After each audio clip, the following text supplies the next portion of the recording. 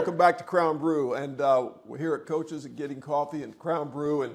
And we're just glad you're with us today. Got another great guest, and I want to thank Crown Brew. They're closing a little early right now, but they're still letting us in to do our thing here. And so you don't necessarily hear all the coffee environment, but you still got the coffee, still got the guest, and still got Coach Martin here, and we're glad to be here today.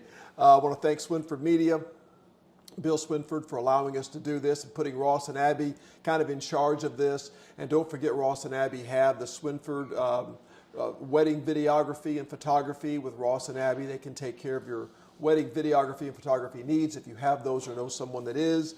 I want to thank my buddies at Adrenaline Fundraising, as always, Jeff and Matt, for helping coaches and organizations raise money. And I want to thank my buddy Tony Gooch at Marion Plumbing for commercial and residential plumbing needs. See Tony Gooch, he's an awesome dude, and he'll take really good care of you. Today's guest is a familiar face. He's also a familiar voice, which I just heard in the car today. His name is Darren Kinnard, and he has spent well over 3 decades covering local sports in Southern Illinois. And so we're going to take a little different view from the coaching side, but he's a man that knows coaches really well and will give us some great insight. I do want to mention he was at WSIL from 1993 to 2019, a long career there. He's at Withers Broadcasting, Section 618 website from 2019 to 2023. Now at River Radio and River Radio Sports Central, which is his newest project from 2023 to the present. Welcome to Coaches at Crown Brew Getting Coffee, man. Man, it's great to be here. Appreciate you having me. We're going to start right off and talk about, I do know this, the answer, but I'm going to have you tell the audience where you're from. Well, I was in the last graduating class at Kinnard, Alma, back in God's country of Marion County. And, actually, the youth years were spent when my dad was a manager at a chain lumber store called Sutherland's, which was kind of throughout the Midwest, and we lived outside of Cincinnati up until 6th grade, and then we moved out to God's country and near my grandparents, and so I went from a situation where I would have been in a graduating class of 850 at Cincinnati Princeton. To a graduating class of 32 at Kinnard. That's a big change. So a little bit of difference there, but it was amazing because at that point in time, and he didn't even realize it, cable started like in the late 70s, and Cincinnati Princeton was one of those schools that they had the indoor Olympic-sized swimming pool, and they had their own cable access station in '81. So I often thought, how far ahead of the game would I have been had I gone there, instead of the path. But, the interesting thing is, and I think you may appreciate it, since Princeton's big rival was Moeller. Oh, sure. Jerry Faust. Jerry Faust, coached at Notre Dame. Yes, and so that was the big deal, and that was in Ohio it was 6A football. But anyway, so then it was just I ended up going to Kinnard, and we're like the Cobden Apple Knockers. We're still undefeated in football. Never been beat. Never been beaten. So. I won't make a joke and say that Kinnard, Alma is a suburb of my hometown of Salem, but it is just north of Salem, and I had a lot of new friends and competed against some guys, even played some Legion ball and stuff with some guys from that area, and they have good baseball there for a long time, and now it's called South Central, which is a combination of Kinnard, Alma, and Farina-LaGrove, which is the school to the north. And I was in the last graduating class at KA. My wife was from the first class at South Central, and so I'm going to wing this because this is not on our talking points, but every year when it snowed, we went to Alma, to a place called Alma Hill. Some called it Rodell Acres. Yeah. And it was just off an on-ramp of some type, and it was a very steep hill, right. and it would be inundated with sledders. And it is. You know what I'm talking about? Oh, yeah. Okay, good. Like, what's he talking about? We still talk about it. My family still talks about it. I met my brothers for coffee the day we talked about Alma Hill and how much fun it was going down and how hard it was to get back up. Oh, yeah. Was that always a big deal there? See, I was actually, we were out by Forbes State Park. You were on the other side. Yeah, my wife's family was over there closer to Alma. And so I was so far out in the country I went to Kinnard schools. I had a Farina phone number exchange. We had an Iuka mailing address. Oh, wow. And had I lived on the other side of the road, I would have gone to Iuka and then to Salem. Wow, so you were way east on the district. And we were probably as close to Flora as as Salem, except we never went to Flora for whatever reason. It wasn't anything, but most everybody went to Salem, I'll be darned. to town. I didn't know the district would stretch that far. So how long was your bus ride to school? It was an hour. I mean, I was getting on the bus around, roughly. And they would get me at the end of the route going, and then but coming home, it was 4:15, 4:30 by the time I'd get home. Siblings, family? Nope, I was an only child. Yeah. I joked that they saw what they'd done. didn't want any more of that. That's it. But yeah, only child, and and it kind of overall it's a small family, which again on my wife's side, her it's a much different, her dad's one of 9 or 10. And, so it's a big bustling family, and we're just kind of me, mom, and dad. And kind of an adjustment when you marry into a situation where there's a huge family on the other side. Yeah, very much so. Yeah.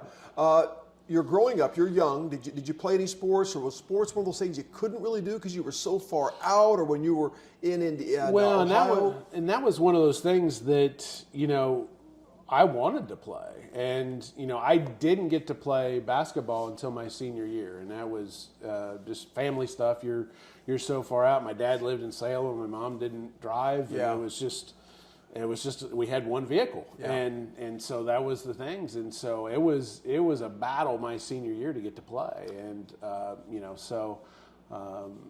not that there were any delusions of grandeur anyway. I mean, I understood that there was limited to work with, but I'd always wondered, had I played all along, how would it have been different? Of course.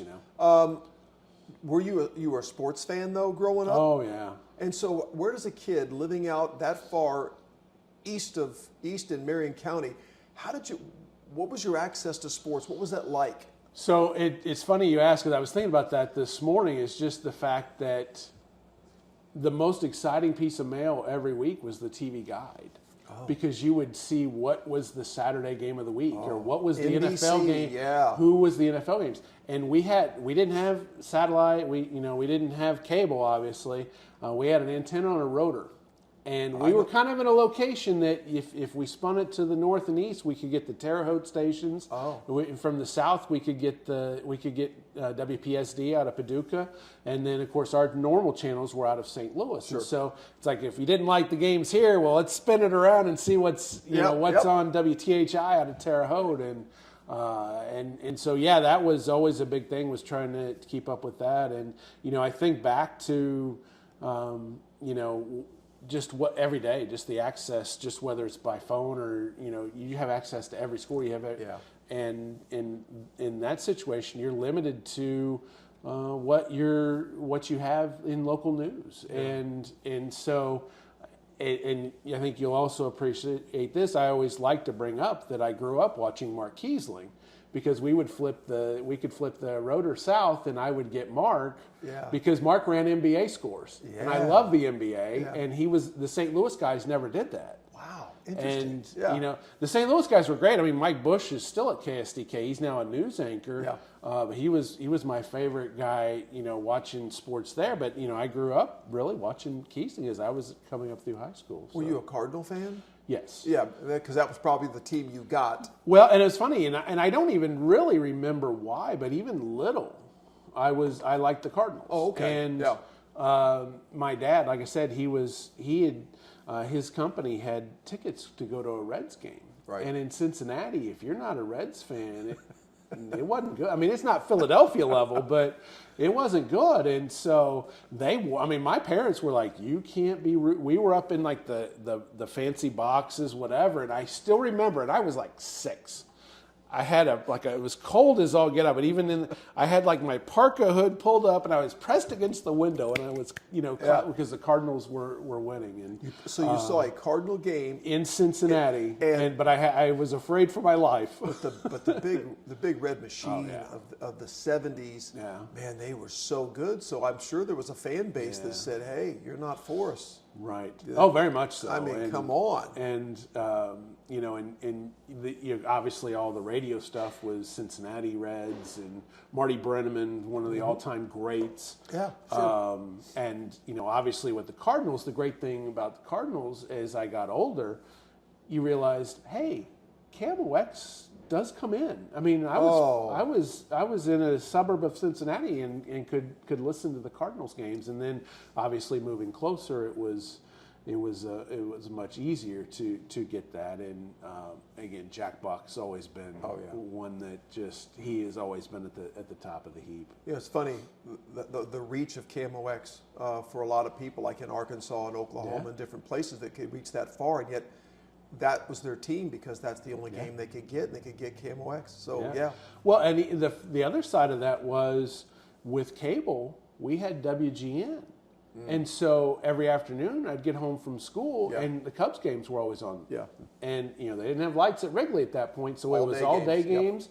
Yep. And and I think back to just the production value of those broadcasts, and they would always put the guy's nickname up there. I mean, it was just so cheesy, but I mean, it was early cable. And it was, again, I wasn't anti-Cubs. I was happy just to see games. It's funny you say that because I grew up watching, I was a Cardinal fan, still am, but when I watched the Cubs on WGN, I didn't find it to, I wasn't rooting against them. It was just the game, it was the game that was on. Yeah.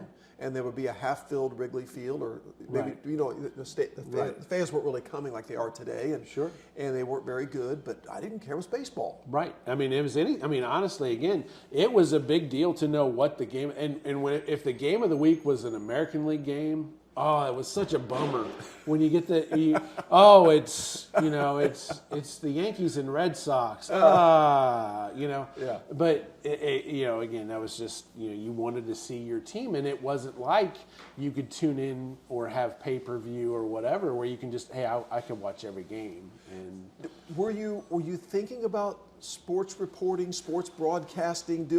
Was that in your mind at a young age? When did that start? Well, I mean, it was one of those things where I loved to watch it, and I mean, I would turn down the audio. I mean, on the I was the remote when you're young. You had to go up and turn get it up, off. change the channel. Yeah. So, but I would, Mom always joked I learned how to count to twos watching basketball, count by twos, and so that dates me because it was pre-3-point line. But that's a whole other topic. But no, but I always loved it, and then when you start, you see the news, and it's like, well, there's sports.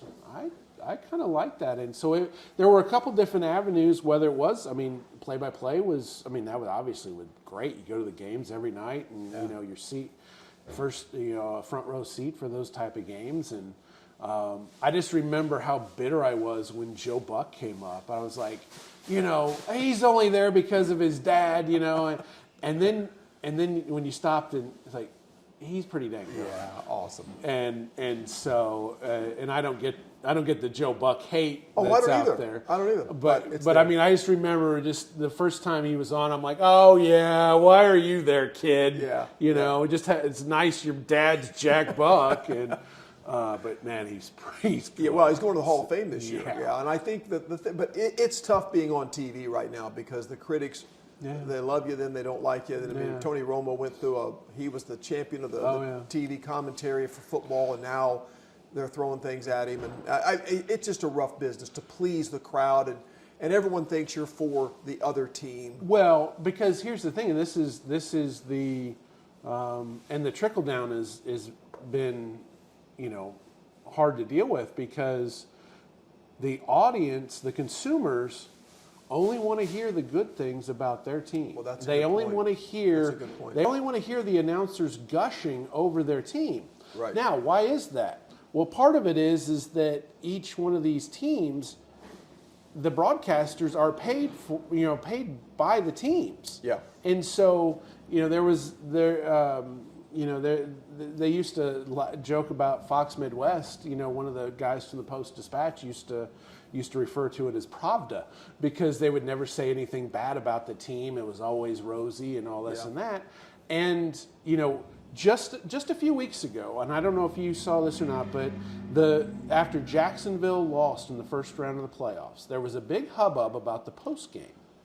And it was because a reporter in the postgame press conference didn't ask a question. She just basically told the coach, you need to keep your head up. You guys had a great season, all this and that, it was a very uplifting, positive message. And as a reporter, that's not our job. Yeah. And a lot of people, a lot of sports reporters took to social media and, there's no place for this, this isn't, and they got eviscerated. Yeah. Because the fans were like, you guys suck, and, all this stuff. That's interesting, yeah. But here's the thing. Had she done that on a post game or a press conference after they finished 6-11, that tone's very different, because they would have been roasting her, going, no, it wasn't a good job, And so they only want positive when it's going well. Yeah. And if it's going bad, they want the reporters to get out the pitchforks, and they by golly, you got to get these guys to fire the guy and make the changes. And so again, it's a very selfish, and again, it's a consumer. It's your right. You can as a consumer, you can do whatever you want. But at the end of the day, it's no different in what's happening with our news consumption. That's true. Very true. And I think listening to the Cardinals the last few years, and they've struggled, and the fans that I speak to, and I talk to a lot of Cardinal fans, they would love the commentators to be more honest about the weaknesses of the Cardinals. I've never heard that before until they started losing. Yeah. And now they're like, no, let's call it what it is. Right. The team's not very good. Right. And stop saying that a guy that's won for his last 30 gets a couple of hits and you say he's out of his slump. No, he may go for 1 for 30 again after tonight. You know what I mean? Like we've been through this. Every time he gets a hit, we say that he's got his stroke back. And it's like, does he though? But well, and you notice that some of the guys that were more outspoken as the analysts, they weren't there very long. No, I mean, I think about Jimmy Edmonds and some others who were. Jack Clark was very outspoken. That was one of my guys growing up that I loved. Jack Clark, and just that honesty. And I noticed lately, sometimes Troy Aikman is very honest in his commentary, and I find it very refreshing. Well, and it's got to be hard, especially for the guys that are just retired. Those are your peers. Well, that's a good point. So now you don't want to say and go and dog a guy that you just had, you had dinner with, and so it's very hard. And so, Troy is so many years beyond it, and Troy's also getting to the age where the filter goes away. And I mean, I'm getting there, man. I relate, man. Yeah, I know. Maybe that's why I liked it so much. I was like, and I just thought it was an honest assessment of some shortcomings by some players, some drop balls, some pre-snap penalties, and he said, "Hey, this has got to stop." Yeah. And I'm like, as long as it's fair. I mean, it's no different than officiating. You just want it consistent and fair. Right. That's right. And if you're lauding all the one side, or you're ripping on this, just this particular group, or Dan Orlovsky took a lot of heat, because he said some things about a quarterback, and when he's never really forayed into it's the quarterback's problem, and so it's tough, and again, the audiences are different, and the other part is that audiences are more invested financially with the betting. Yes. I mean, and that's a whole other thing, and that's not my thing. I don't like that. I hate that I hear it all the time, and people are gonna be like, "Oh, well, he's a prude." No, I'm not a prude. I don't think it's good, and I certainly don't want to hear constantly about point spreads and overs. Now, is the Scott Van Pelt segment of Bad Beats, is that funny? That's tremendous. Yeah. But if you stop and think about why it's tremendous, is because some dude is pulling his hair out. Yeah. because Towson State got beat, giving up 7 points in 20 seconds. Yeah. Why are you betting on Towson State? Yeah. You know, it's so true. But I think you're right. And I think I worry that the scandals involving our sports are just beginning. I think there's a dark side. It's always been there, but I think now it's really going to be a problem. And the other thing is, I think also how rabid fans are about fantasy football, and when their guys don't play well in a fantasy football, the quarterback it's a big deal to people. Well, and again, that's one of the super downsides of social media is the access and the, and the ability anonymously in most cases to just say just awful things to people, and it's not beneficial to anyone. And it's funny, some of the athletes that will address it, like Kevin Durant. I mean, I think he just does it for fun. I mean, he'll just get on Twitter and just bash people for their hot takes, whatever. And I mean, I've seen other guys that are just like, I don't care about your fantasy team. Yeah, I know, and I mean, don't get me wrong. I've yelled at the TV too. When I lost a game last year because it went into overtime, and that was enough time for someone to catch one more pass to get beat. I was not happy. But I think all of this, the gambling, the fantasy leagues, the social media. I mean, it has made sports, and we could talk about this now, but in some ways, it's made it more exposed and more, maybe to some, more exciting, and it's drawn fans in that maybe weren't. Yeah. And a fantasy football team can get you caring about a game between the Saints and the Buccaneers that maybe you wouldn't care about. Right. But you got 3 guys in that ball game. All of a sudden, I'm tuning in, right? Right. No. But to you, the downside is what? The downside to all that, especially the social media side, is people are just more vocal and critical, I guess, of when things don't go well. Well, I mean, they feel like they have the right, and with free speech, I mean, whatever. Sure. You just because you can say something doesn't mean you should. And some of the ugliness that you see directed at people, and you think about college stuff, and if a kid transfers and oh, he's the greatest thing since sliced bread, we love you, whatever, and and then he's a blankety blank, and and just it's just at the end of the day, and I have been through some ups and downs as a fan. Yeah. But at the end of the day, it truly doesn't have any bearing on my life. And and I know that probably sounds ridiculous coming from the sports guy, but at the same point, if you let it, and I see people that are, the college football people are nuts, and they're on the edge of their seat of whether some 17-year-old kid's going to sign with their program, and their day is made or not, whether he does, and I'm just like, no, because chances are he's transferring anyway. I mean, in this day and age, yes. But yeah, I mean, it's just, again, I love fandom. I love fandom, and when you kind of think back to, if you went to any gym in Southern Illinois on a Friday night, it was packed. Yeah. That isn't the case anymore. It's not.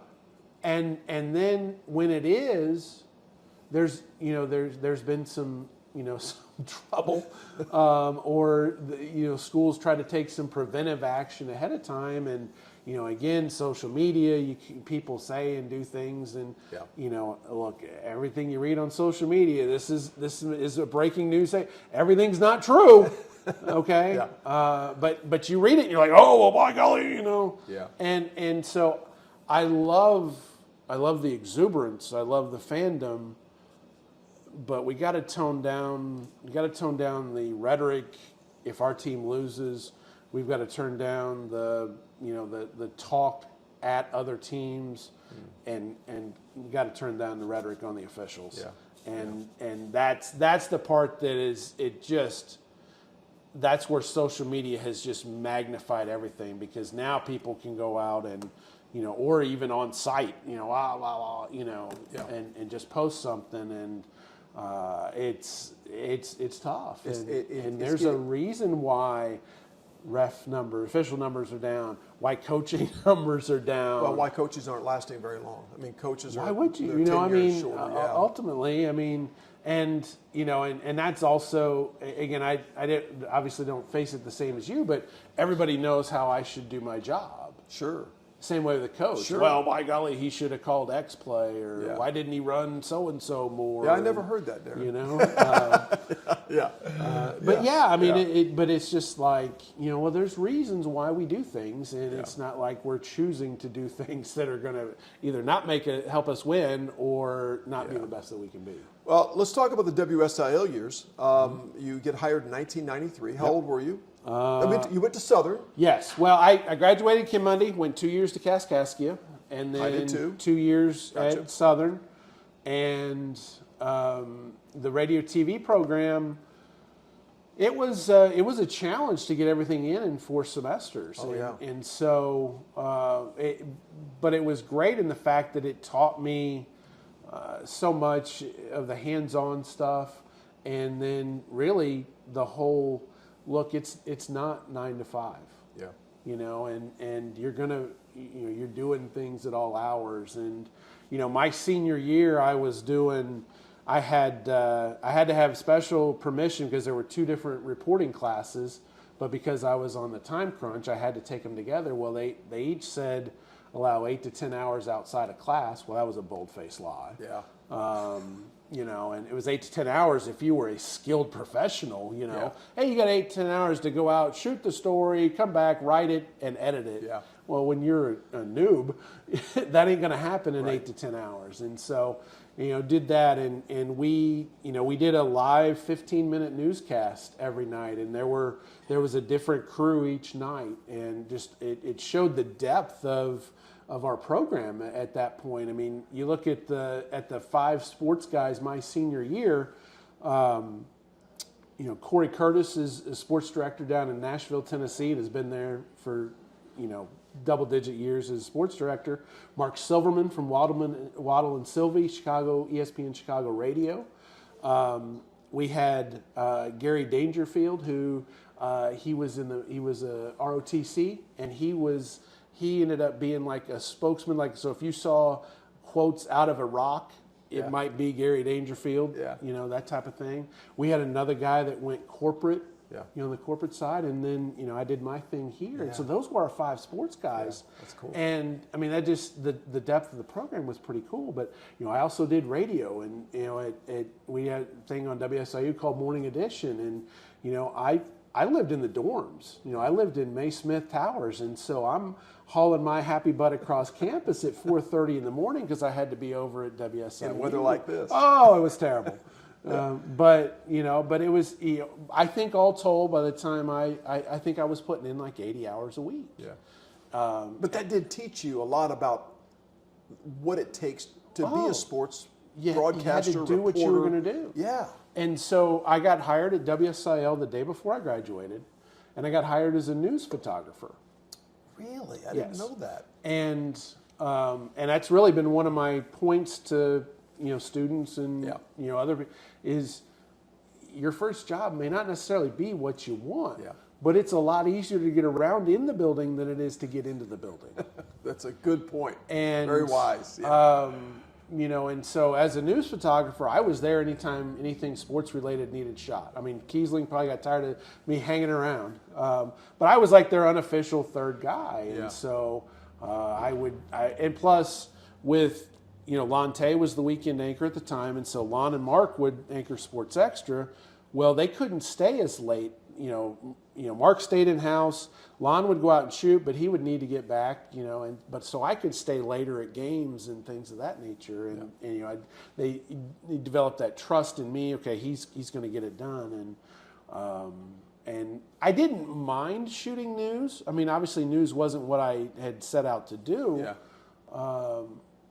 But if it would have been just hey, you're going to shoot features, that's not bad. Yeah. I did not like the hard news stuff. Yeah. And I didn't know and I didn't understand how over the course of time that wouldn't get to you after a while. You know, when you're going and you're shooting death and destruction and car wrecks, and house rape fires, and pillage. Yeah, and yeah. How does that not? I mean, do you become so hard that you compartmentalize all that stuff, or know? I mean, and so at that point, Channel 3 only had a 5 and a 10, and they added a 6 o'clock newscast, and they were going to add a third sports position, but the caveat being it was part time. It was only 30 hours a week. And I was already working a second job. Yeah. And so on this particular weekend, in addition to my photog duties, I would roll tapes in the control room at 5 o'clock. Well, on a Friday night, the assignment editor comes in and says, Darren, when you're done, you need to get your gear and get on up. There's been a bad wreck on 57, and I mean, even back then.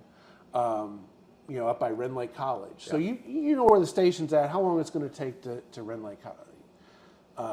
So I get up there, and it's, got the old school gear, and carrying it, and, I'm walking, and I get up there, and a state policeman comes at me hard, and he was reading me the riot act. Don't you dare shoot the dog.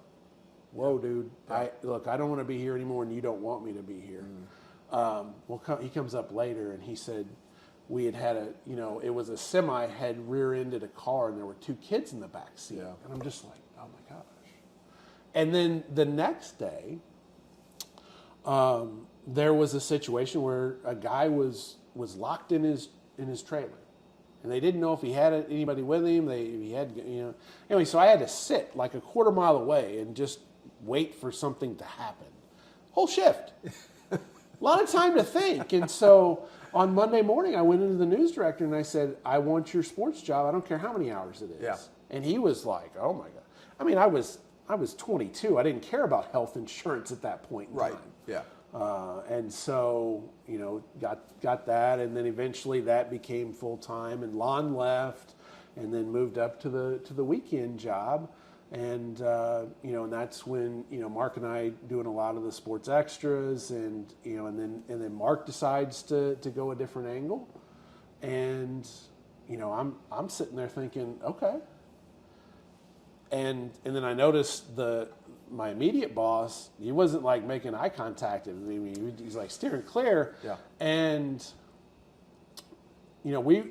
WSIL was one of the, at the end of my tenure, and, we can talk about that coming up, but they were one of the few mom and pops left in the country, mom and pop owned. And so the guy who signed my checks was up in the front corner office, the guy that had the ultimate say, one or the other. And so I went up and talked to him because I felt like I would have regretted if I didn't. And I went up there and I just said, Mr. Wheeler, I feel like this isn't going my direction, but I just feel like I want to talk to you and see where you're at. And he looked me straight in the face. He's like, it's a main anchor position. We don't feel you're a main anchor. Okay. And that's hard to hear. Sure it is. And so the result, could have been, all right, I get mad and go do something, go leave. Could have been, just pout. And they brought in a guy named Barry Hyatt, and he just was a guy that was applying for a job, and I just told him, I said, look, man, this isn't about you at all, Yeah. I mean, but every time out, I was determined to prove that I was the best anchor. So what motivated you, though? Oh, which I think is really cool. The way you handled that is powerful, because I think you could have handled that a lot of different ways, but you used it in a lot of ways. Well, but ultimately you used it as a motivator at the place of work, and I think that's pretty cool that you said, you know what, I'm going to prove them. Well, and again, this is, again, it would have been easy if it's back when I'm 23 and I don't have kids, and I can I'm married and got a family and my kids are in school, and because I'm mad, I'm going to go get a job in wherever. Yeah. And now you're going to have to uproot all your family, and I wasn't willing to do that. And so it's like, all right, you're either going to have to, be better, or, just take it. And so I wasn't about to, and when I first got into it, I never dreamed that I would just stay here. I always thought I wanted to go, Yeah. go to a place where I could cover professional stuff. But I found out we covered enough pro events. We would go to St. Louis periodically. We covered enough of those that I didn't want to do that every day. Yeah. And you were at SIU at a time where they were getting really good, and so you were privy to some of the best basketball you could get to. I mean, Missouri Valley Conference, NCAA bids. I mean, so that probably helped quench that, I would guess, right? A little bit. Well, and even the fact that I did the coaches show. Like I took over the coaches show, and so you got even further behind the curtain in access. That's true. And things, and like Ricky Thine, one of the guys that used to work with us, when he left us the first time, he went down and was working for the Sunshine Network in Florida, and his beat was the U. Oh wow. Well, he got no access. I mean, he came from here where we could go any time to practice and interview players, and it's not like that now. But back in the day, it was like, hey, we're just going to go over and we're going to go do a feature on so and so, and if we wanted to do a feature about somebody, what they did away from the court, it was not but you did not get that kind of access at a Power 5. At that point it wasn't Power 5, but at a major school, you were allowed in to shoot the first 10 minutes of practice, which they were stretching. That's exciting video, let me tell you. And then you got only who they brought to the podium, and that was it. There was no one-on-ones. There was nothing. So from that perspective, that's something that I've always appreciated, is the fact that the access that we had, and then just the fact that whether it was Southern or whether it was the high school level, you felt like by and large you people appreciated you being there. Well, I was going to say, tell me if I'm wrong, but isn't the really good high school story or the good SIU basketball story or high school basketball, it's relative to where you're at. That story's big for here, just like the Cardinals being good is big for their audience. But if someone's making a run for a state championship down here and everyone's watching and listening, or if SIU's having a great season, that's relative to your area. That's a big deal here, just like for them. So I feel like you're the main coverage person. Where you go to St. Louis or you go to Miami, you're competing with all these other stations. You know what I'm saying? Oh, absolutely. And then factor in, say, for the St. Louis and the Cardinals or the Blues. Well, now Fox Midwest, they have the entire post game on live. They've got the reporter in the locker room. What can you, as a local TV affiliate, what can you give different that if you're a fan, true, you've already watched it? Yeah. And you don't get access to the guys away from it unless it's something that's involved with like a charity or something that they're doing. But you don't get the true behind the scenes stuff unless you're Al Michaels or those types of that level of people. And so there's that, and again, it's different now. I mean, Southern's got the Missouri Valley Conference has the ESPN Plus. And back in the day, we covered all their road games. I mean, we didn't always go to Omaha, but if it was within 5 hours, we were driving and covering it. Well, now it's on TV. Yeah, everybody sees it, and so there's not those who want to see it or see it. And there's not the urgency to go. Yeah, that makes sense. Go and cover it. Before we move on, I'm gonna get into some stuff about what you're doing now, and then I want to talk about some career things, highlights, personalities. But I got to talk about how great Sports Extra was back in its heyday. I talked about it when Mark was here. Did you guys know how big that was? Did you know how people were setting their VCRs and coaches were running home and tuning in? You know what I'm saying? Did you know? It was one of those things where you think you're doing the right thing, or otherwise you wouldn't do it. Yeah. You wouldn't do it that way. And then, like when I left, just the response, and people saying things. And we got that impression that people always say, oh, hey, we're tuning in, and we're either on the way home or they would WSIL would have a replay of the newscast at 1:30 before they went off the air. I had watched it before because I got home late. Yes. So I forgot to set my VCR. Right. No, and so those are things that, and so, so Mark and those guys had obviously built something, and so then when it was my turn to take the ship, it was like, okay, what can we do more? And and that's where the staff, the leadership that we had at that point, they were willing to give, and so we went from when I was one of the shooters, it was Lon and I would go out and there might be one or two others, so we would get 4 or 5 games. Well, then I would stay on Thursday nights and produce the cast. I would put all the shells in. I'd stay late on Thursday night so I could watch. Going out to shoot's the best part for me. Because I want to go to the games and I want to see the games. And so we had the 3 in our sports department, and then we would have 3 or 4 others. So we would have 6 or 7 people going out, and then I'm a logistics guy, and figuring out where can we get some good double ups, and and that's what everybody always assumes certain things, but you can ask me the question and I'll answer it. Is that the games aren't always chosen. Yes, there's a marquee game or two that we got to get those two. Yeah.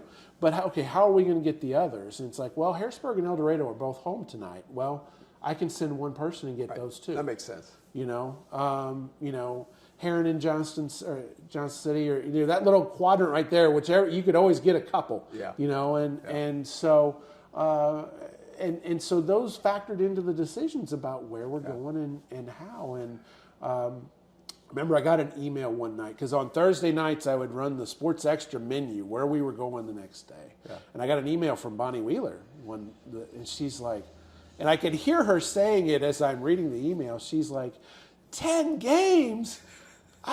We used to only get like 3. Yeah.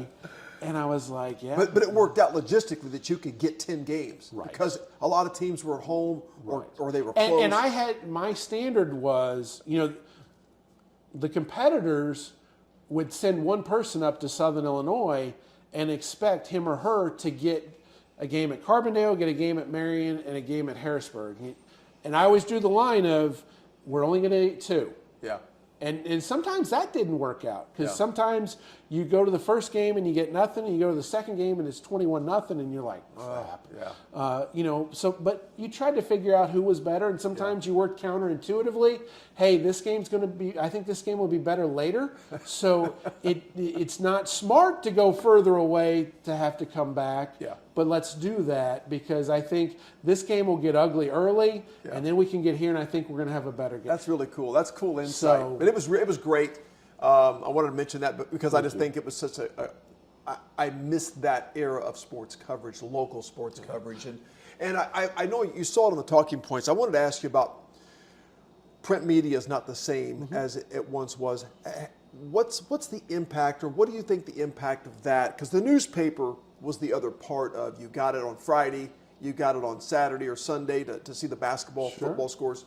I miss that. Well, it's becoming, it's not just the newspapers. I mean, the resources are not there on the TV side. There's fewer radio broadcasts. It's true. And, the death of the local newspaper has been tough. I know I'm working here with Swinford Media, and thank goodness there's someone local that's trying to bring that local news, because for some towns they've lost all that. It's all gone. And and again, I'm not going political, and people can save their pitchforks and all that. But the climate of, fake news. If it's something I don't like, we call it fake news. And it's over to sports too. Well, if it's something, you report something that I don't like, fake. And ultimately, when you drive out the news, and look, media companies have made plenty of mistakes along the way. I'm not saying that, because I could go a whole other podcast on how corporate has killed local journalism. Yeah. But at the end of the day, we are not better as a society without strong news presence. Yeah. And when I say strong, I don't mean one. I mean a bunch. Right. And we had a bunch when it was each town had its own paper. And, then there was a regional media. And so that when there was something big, well, all of a sudden it's an actual press conference and there's a bunch of reporters there. Well, now stuff doesn't get, we are not better as a society for that. Yeah. And, the carryover into sports is always the first thing that's viewed as expendable. Wow. Yeah. And that's, always struck a nerve with me. And again, I fought many battles behind the scenes that, some I probably should have checked myself before I wrecked myself type arguments. But at the same point, it was, if I wasn't right, they would have whacked me. But again, at the end of the day, there's so much less coverage for everything, and it's one of those things that you used to have a local paper in each town. And is that what brought you to the 618 website? Was to try to cover some of those bases that were not being covered? Well, and basically what happened is that when the Wheelers sold, they sold to a group called Quincy Media, and it was a smaller corporate, but it was still corporate. Yeah. And I'd worked my entire tenure at WSIL with not on contract. I knew that was probably going to change, or at least I thought potentially it could change. There was no guarantee they were even going to offer me a contract. They had no loyalty to me. They're coming in. They don't know me from anybody else. Or they were going to come in and say, well, we pay our sports director $25,000 a year. You can take it or leave it. And, so I started kind of crafting a safety net. Well, what could I do? And there's a group out of Springfield, channel1450.com and I've known those guys. I know the guys that started it. I mean, they've been at it for like 10 years. And I approached Chris Hugo's a good friend of mine, and I approached him, and we were at the lunch, and I said, have you ever considered doing what 1450 does? And he said, well, it's always been my dream, but I never had the guy that could do it. And I never would have dreamed Darren Kinnard would be available. I'm like, he might be. And so we kind of laid out what it might look like. I was not in the group that got the contract talk, so I still didn't know if I was even going to get there. The ones that did, you heard about, this contract's bad, and so then in the summertime, it finally got to be my time, and the contract was probably worse than I had. And I just told my wife, I was like, I can't sign that. Yeah. I can't sign that. And so I reached out to Chris and I was like, are you serious about doing this? And he said, yeah. And so that's how it was born. And my thought with it was they were the ones that were still doing the most radio. Yeah. And, they had 7-8 teams that they were doing radio. And so then you could take what I had the ability to do to come in with a video aspect of it, and just make it a one-stop shop for nothing but high school. Yeah. And we launched Thanksgiving week of 19. Mm-hmm. My final night at WSIL was the first week was week 1. It was a sports extra. Gotcha. And the way the calendar worked out, I wanted it to be that. Yeah. And I felt like that was an appropriate way to go out. Yeah. And then, we kind of lay down all of the, get all the stuff going and get the, the framework in and all this and that. Well, now we've got Murfreesboro and Nashville up in the state finals of football. We hadn't had a state football finalist in more than a decade. So we launched that Thanksgiving week. And, when Chris and I talked, it was like the one thing I told him, I says, we can't compare ourselves to 1450 because they've been doing this for a decade. Right. But we get in there, we get into basketball season, and man, I'm feeling really good. I'm feeling really good about the product that we're putting out, what we're doing. And now we get to basketball season. Goreville makes it to state. and then COVID hits. Yeah. Let me just tell you that when you start a high school sports website and there are no high school sports, it's not ideal. Yeah. I know a guy that started a lawn mowing business right before a big drought, and he said the timing, he couldn't even finish it. He bought all these mowers. So I know that the timing of everything matters. It matters when you take a job, when you leave a job, when you start a high school sports website. I mean, and kudos to those guys. They could have pulled the plug at that point because it would have been easy to just go, well, I mean, But that's spring all the way into the fall. Sports don't start up till the winter of. Well, I mean, we missed the entire spring season, and then it was like, summer there was just so many questions, and then you get to the fall, and what in the world are we doing? And again, that was and no word what we're doing. And there was no communication, and everybody's mad at the IHSA. But what do you expect the IHSA to do when the governor is pulling all the strings and all the things? I mean, the IHSA is going to have a press conference, and then he trots out 3 hours earlier and lays out all these things that they don't even know about. It's true. I forgot about that. And it's like, what? Yeah. And at the end of the day, when 3/4 of the clientele of the IHSA are public schools who get funding from the state, you're not going to be able to just thumb your nose at what those guidelines are. So what did you hung on? Yeah. And so in the spring, and it's one of those things where there's not a lot that's new. And it's kind of like coaching, I would think, because you pick up, you see something that somebody else does, and you add your own wrinkle, whatever. And we did this thing. There was basically a senior spotlight, and it was something I saw Scott Van Pelt on ESPN on SportsCenter, and they did basically it was just kind of they didn't have sports either, and so they had like a senior salute or something, and basically from via Zoom. I mean, think about where we'd be without Zoom or those type of things. But I did, I put it out there, any of the coaches that, just an opportunity to talk about your seniors, because they didn't, we call it Senior Day, because they didn't get it. They didn't get it. And, let them, and I found that talking to the coaches, it was almost like therapy for them. I believe that. Because I mean, just because they had a chance to talk about their kids, and obviously the kids lost their season, and sure the coaches can come back, but it's not the same. Yeah, well, I think the coaches hurt for the kids that had worked so hard and waited for their time, and many of them anticipated great seasons or a chance to start for the first time, and it was gone, and it was hard. I mean, and I don't think.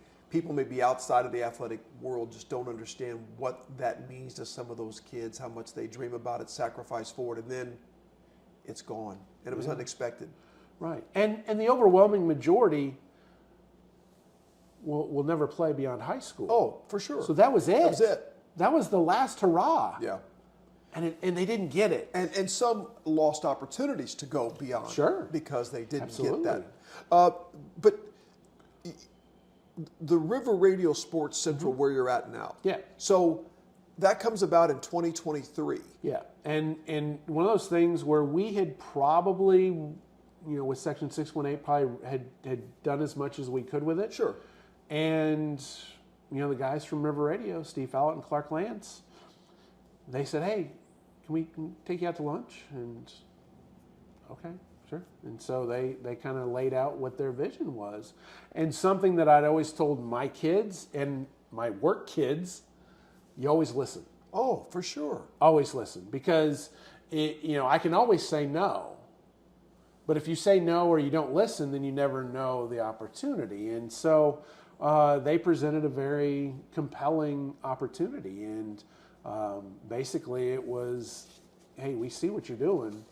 And we like it, and we want you to do that for us, and here's how we can build it and what we can do with it. And so that was tough. That was one of the toughest things that I've done professionally. But at the same point, it was also the first time that I had that being recruited feeling. Oh, yeah. And I get it. Every other job I had applied for, and all this and that, but they came to me, That's good. and that was big. I get it. And Yeah. I mean, I've always been one to try to check the ego at the door, but it's we all have it. I love the honesty that you say. It just felt good to be recruited, because it does. Someone values. They've seen value in what you do, and they want you to be a part of their team. I think that's awesome. And there's so many times, and it's not anybody in particular. You know, I've worked many places. You know, not just in TV, but it's like you go and you do these things. And you know, we talked about before we came on the playoff preview show that we did, and that was something that we came up with from scratch, and we did year after year. And you know, because that Friday night, you know, there was no games. Yeah. I mean, everybody was tuned in because you're geared up. That Saturday, that first playoff Saturday, one of my two favorite work days of the year. Awesome. And so that playoff preview was like, oh. Yes, and it was a lot of work because there was no Zoom in those days, and so if I wanted to talk to Kurt Simon, I had to go drive to Carmine. Yeah. Or if I'm talking to Coach Peach at Mount Carmel, I'm driving to Mount Carmel. And all of those in the same week, there was also the Missouri Valley Conference Media Day in St. Louis, and so we did all this work and never a word. Yeah. And so the frustration level, you know, that didn't drive me, but it was disappointing in the fact that you put all your work into something, or and you know, and again, so that was the again, you don't want to let ego be a part of it, but at the same point, it's like put a lot of freaking work into this. So let's talk about, explain to the viewers who maybe they know, they've heard. What exactly are you doing with this now? And basically, River Radio Sports Central is a website, and basically, I will go out and cover games like I did before. The way I describe it is, it's you know, a lot of similar material, but it's just packaged a little different. I got you. And so that's a good way to say it. Yeah.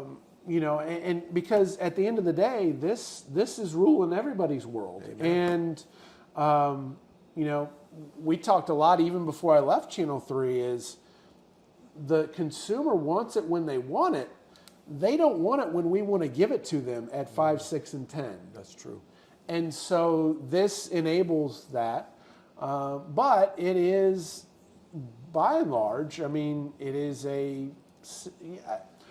have some help, but it's not like the old days where I had 3 in the department and 7 people going out on Friday nights. And one of the things that I wanted to do when I started Section 618 was to start a student correspondent network. Sure.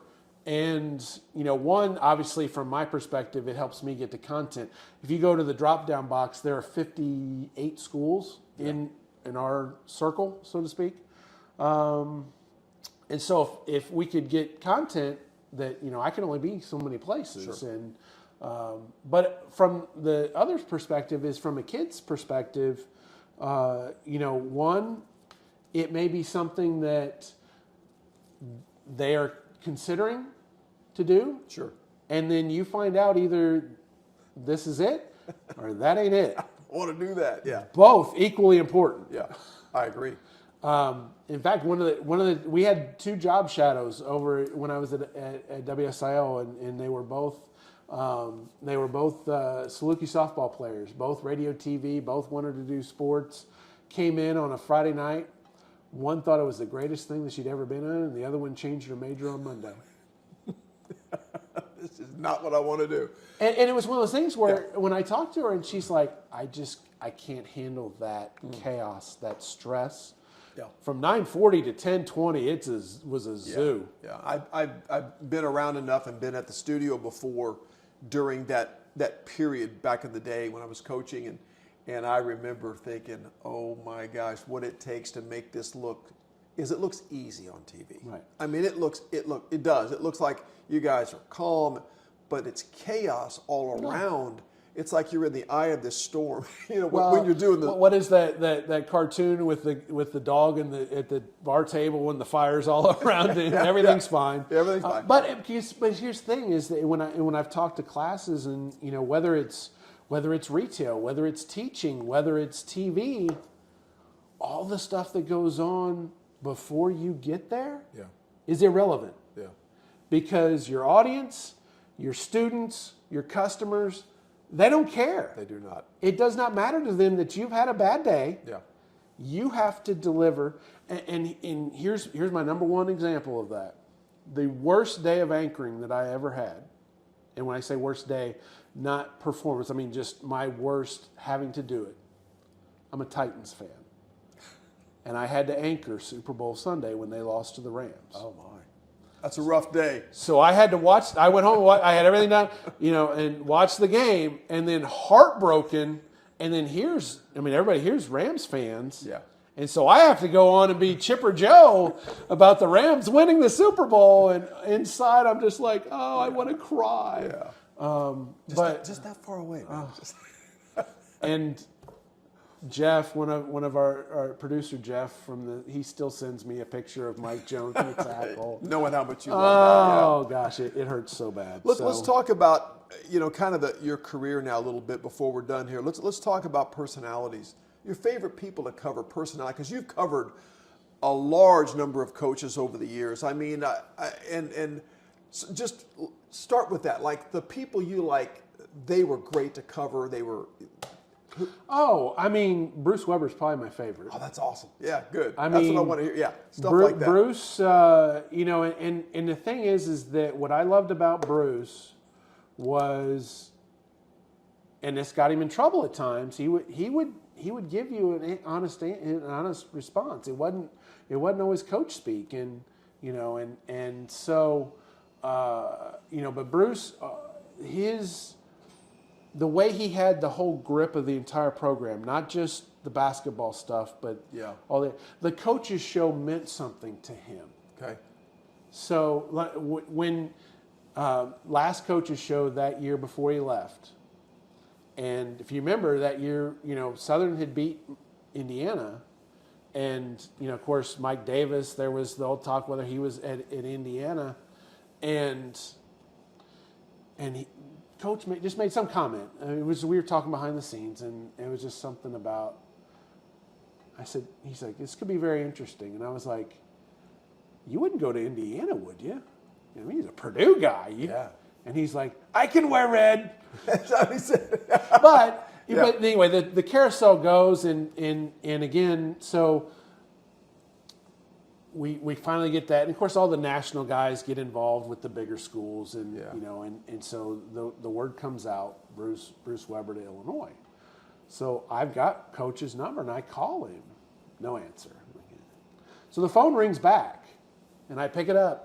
Sources close to Bruce Weber say he's going to Champaign, and that's the kind of stuff that, and he was on the job maybe a week, and he called me and he wanted tapes of the show because he's like, their show was bad, and oh, that's really cool. And what we were doing, and he wanted to do that, and so I was always super impressed with just his grasp of the whole shebang. I love that, and I was going to ask you just.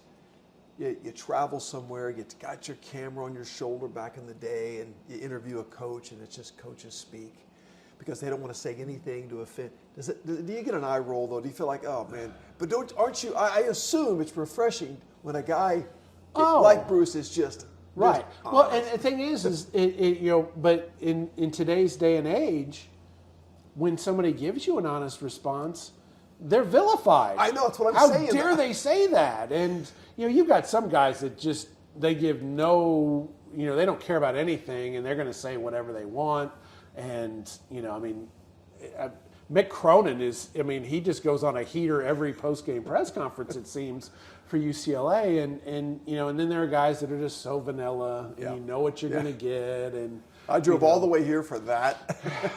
Let me guess. We got to control turnovers, But again, I know there's a reason coaches talk like that. But it's true. It's got to be refreshing to hear someone like you said, like Bruce, who gives you honest answers. Maybe not just coaches speak, but just being honest about how we looked, how we played, how we practiced this week. Yeah. So anybody else besides Bruce? Well, and again, having worked with Jerry Kill at Southern during that time period, and we had, there were situations where at the time, Muhammad Abdul-Qadir was tearing the college football world up, and Yeah. then the beat calls, and there was some issues with campus cops, and it was, and so I call coach, and I'm like, what's up? And again, when you develop those relationships, you can make that call. Yeah. And again, you're still a little leery because you don't know what you're going to get.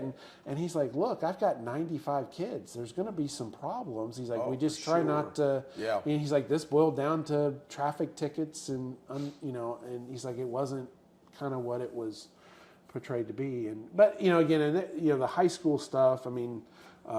We always joked that you were so good at the interviews. It was like, Carrie, could you give us 18 on Carbondale?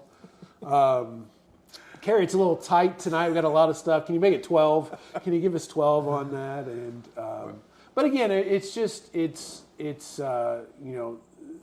looking for the people that are they're vulnerable. Yeah. Those moments are hard.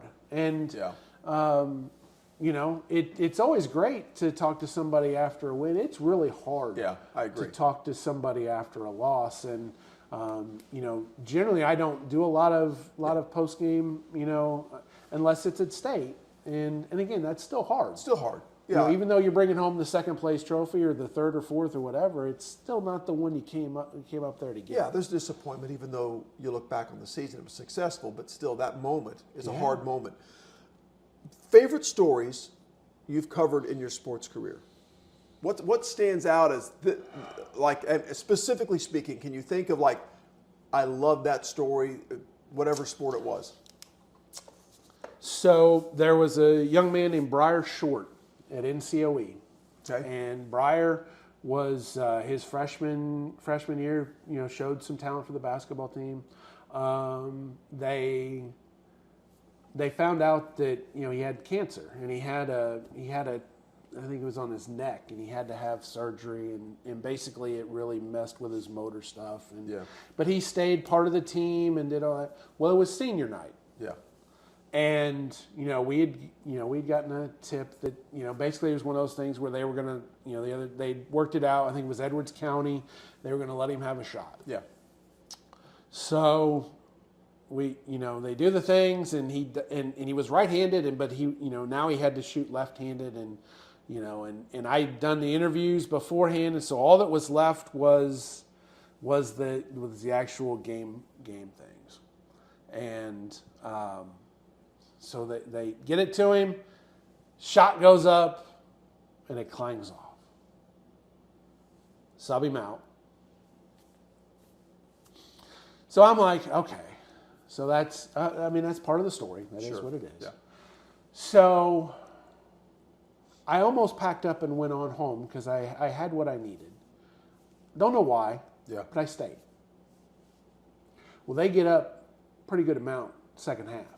They put him back in. I'm going to freaking cry. He gets on the wing, and he hits a three. Wow. It was Disney stuff, man. Yeah, that's awesome.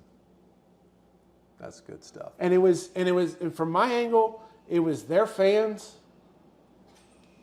I mean, holy cow. What a cool moment. So then it comes back, and so I put together a story, and I would get 3.5 minutes for sports. And I was notorious for maybe taking a little bit more, or, hey, And so I asked for a little bit more, and I asked for a little bit more, and I kept going back to the well, and I'm like, this is a really good story. And as one of the things that I always told my reporters, that I don't care how long the story is as long as it's good. Amen. I'll figure it out. Because sometimes in TV there's, you can't have they call it package. The package can't be over a minute 15. Right.